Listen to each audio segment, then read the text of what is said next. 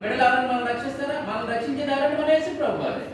ఆయనే మనకు కుమారుడు. అందుకోసమే యెషయా గ్రంథంలో ఆ విషయాలు బోధిస్తా వచ్చాడు. తర్వాత ఇక్కడ అందుకోసమే కుమారుడు యెహోవా అనుగ్రహించు స్వాస్థ్యము గర్భఫలము ఆయన ఇచ్చు బహుమానమే. అంటే ఇది మీకు ఇంగ్లీష్ లిటరేచర్లోకి వెళ్ళేటప్పటికి పిల్లలు అని ఉంటారు. ఆడపిల్లలు మగపిల్లలు కలిపి ఇక్కడ భావంతో మాట్లాడాడు. ఇక్కడ తెలుగులో కుమారుడు అని పెట్టాడు.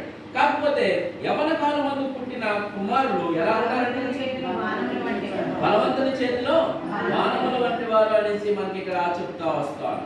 మీరు ఇక్కడ ఆలోచన చేయండి. అక్కడ దేవుని వాక్యం గురించి ఆయన చెప్తున్న మాటలు మనకి అర్థమవుతా ఉన్నాయి.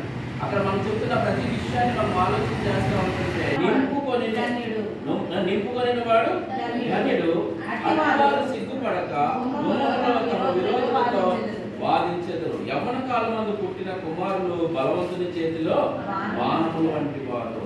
నిజంగా నీ కుమారులు అలాగే కానీ నీ కుమార్తెలు కానీ ఉంటే వారితో ఏమంటాడంటే తన అంబుల పదని నింపుకున్నవాడు ధన్యుడు. అంబుల పద అంటే బాణం పట్టుకుని వెళ్తున్నప్పుడు వెనకాల బట్టలా పెట్టుకుంటారు కదా, అందులో బాణాలు వేసుకుంటారు కదా, దాన్ని అంబుల పొద అంటారు. ఆ పొదలో బాణాలు ఉంటాయి. నీ యవనస్తులు ఎలా ఉంటారంటే ఆ బాణంలాగా ఉంటారు. నువ్వు వాడాలి దాన్ని. ఎలాగంటే నువ్వు చక్కగా నువ్వే వేయాలి బాణం నీ కుమారుడే తీస్తున్నావు అని చక్కగా పెంచాలి. అని చక్కగా పెంచి చక్కగా సొసైటీకి అప్ చెప్తే వాడు మంచి పేరు తీసుకొస్తాడు. తద్వారా మీకు ఏం జరుగుతుందంటే మీ కుటుంబానికి గౌరవం అన్నీ వస్తాయి. అంతేకాదు మీ గుమ్మంలో వాదిస్తారు నిలబడి. వాళ్ళు ఏమంటున్నాడంటే అక్కడ అట్టివారు సిగ్గుపడక గుమ్మములలో తమ విరోధులతో వాదించేదారు. ఇది రెండవ దాంట్లో ఏం చెప్పాడంటే దేవుని సంకల్పము ఉన్నట్టు పిల్లలు కలిగి ఉండుటకు రుజువు అంటున్నాడు. అంటే మొదటిగా ఏం చెప్పాడు? దేవుని సంకల్పం అంతా చేయటానికి. మొదటిగా ఏం చెప్పాడండి? దేవుని సంకల్పం అంతా కూడా చేయాలి.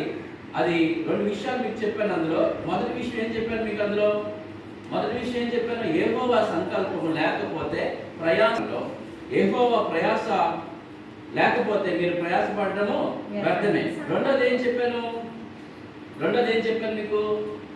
రెండోది ఏం చెప్పానంటే దేవుని సంకల్పము ఉన్నట్లు పిల్లలు కలిగి ఉండుటకు రుజువు అంటున్నాడు. అంటే దేవుని సంకల్పము పిల్లలు కలిగిన ఉంటే మనమే వాళ్ళకి నేర్పితే వాళ్ళు ఎంత చక్కగా ఉంటారంటే అలాగా మీకు అన్ని విధాలుగా కూడా వాళ్ళు ఆదరణగా ఉంటారు అనేసి చెప్తా ఉన్నాడు. మీ వ్యక్తిగత ప్రయాస కాదు, మీ ప్రయాస దేవునితో ఉండాలి. మీ ప్రయాస ప్రతి పని కూడా నువ్వు దేవుణ్ణి కలుపుకుంటూ ప్రార్థనాపూర్వకంగా చేయి. అందులో దేవుడు ఉంటాడు కాబట్టి కార్యం జరుగుతారు. అందుకోసమే అంటున్నాడు, యెహోవా ఇల్లు కట్టించని ఎడల కట్టువారి ప్రయాస వ్యర్థము, యెహోవా పట్టణాన్ని కాపాడని ఎడల కావలి కాయవారు మేలుకొని ఉండట వ్యర్థం. ఈ విషయాన్ని బట్టి